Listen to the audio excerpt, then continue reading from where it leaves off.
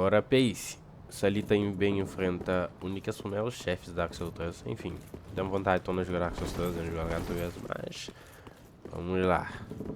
Aqueles graça ali, mou pra você de merda aqui, então. Só é, né?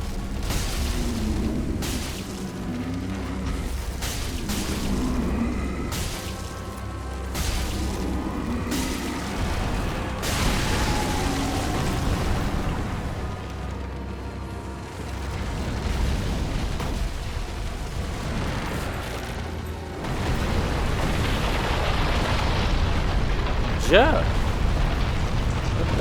Eu nunca tinha caído tão fácil assim.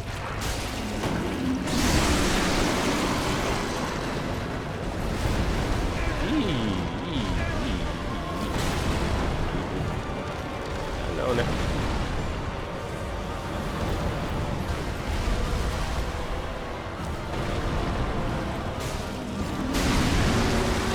Você é otário.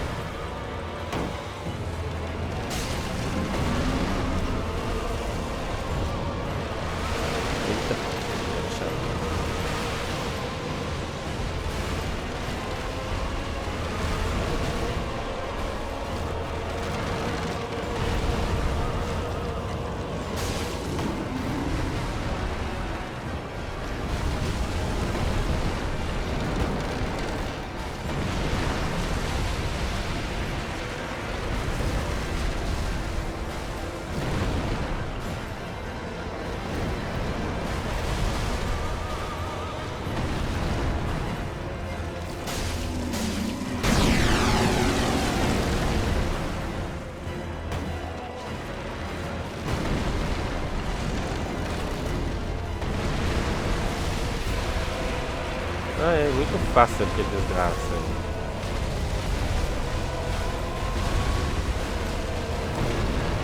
Eu tenho que fazer o garoto se mora.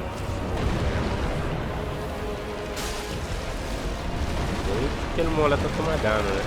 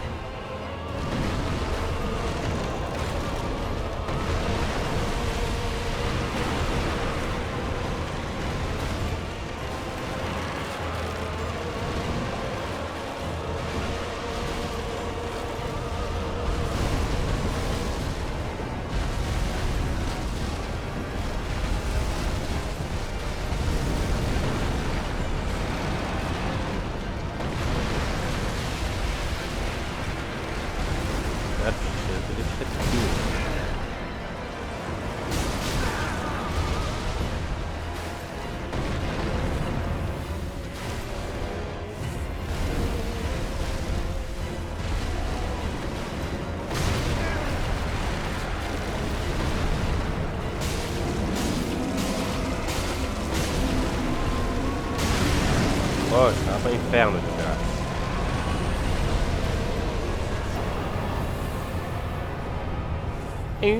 E morreu, otário.